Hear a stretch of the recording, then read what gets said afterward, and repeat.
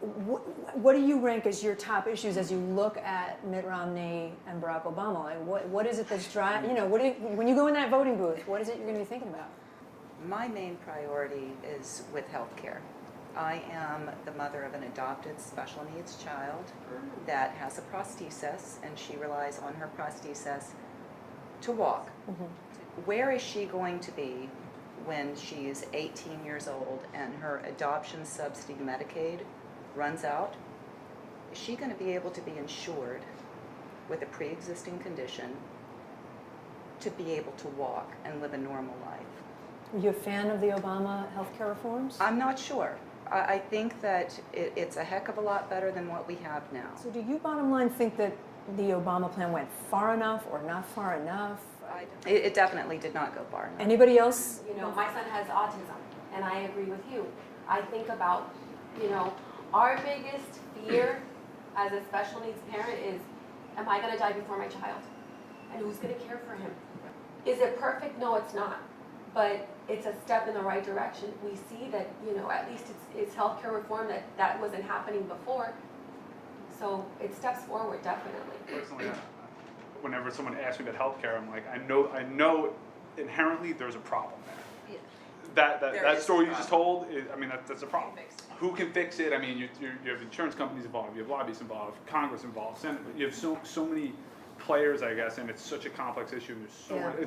And again, point, though, it's something inherently wrong with that. Who said it's a right, though? It was never a right to have health insurance. I've been self-employed my entire life, 22 years, and I've never worked for a company that had benefits because it was my company, and I had to pay the monthly fees up to $2,800 at times when I had my daughters. My last daughter, we didn't have health insurance at all. It wouldn't cover us. It was all out of pocket. So I'm tired of listening to everybody complain, oh, we had to pay this out of pocket, we lost our house. Well, guess what? You take a risk every day. So did I.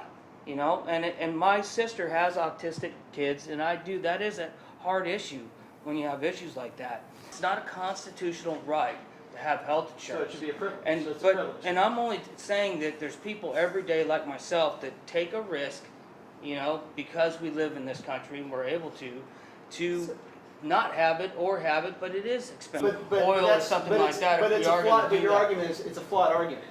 And again, when you talk about healthcare, somebody's going to end up paying for this. Okay, the healthcare costs don't go away because people don't have insurance. If I have insurance, that just means that I'm lucky enough to get insurance. And believe me, I went through a time when my kid was denied insurance because his pre-existing conditions included a spider bite that he was treated for, which is it's a sick joke. You're arguing for a free market approach, am I right? I went through that, though.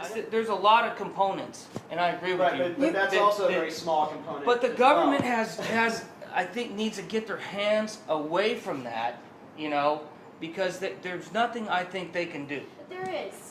I talked about the electronic health records. That can actually bring down costs of care. Duplication of tests is, you get a CAT scan here and then you go somewhere else and they say you need a CAT scan. Nobody's going to get your results from that previous CAT scan. They're just going to redo it, even if it's within a few days. And that's costs how much? Thousands of dollars. So you can, only the federal government can do this. If we can create an electronic infrastructure where there's data sharing, that can actually bring down the expenses quite a bit.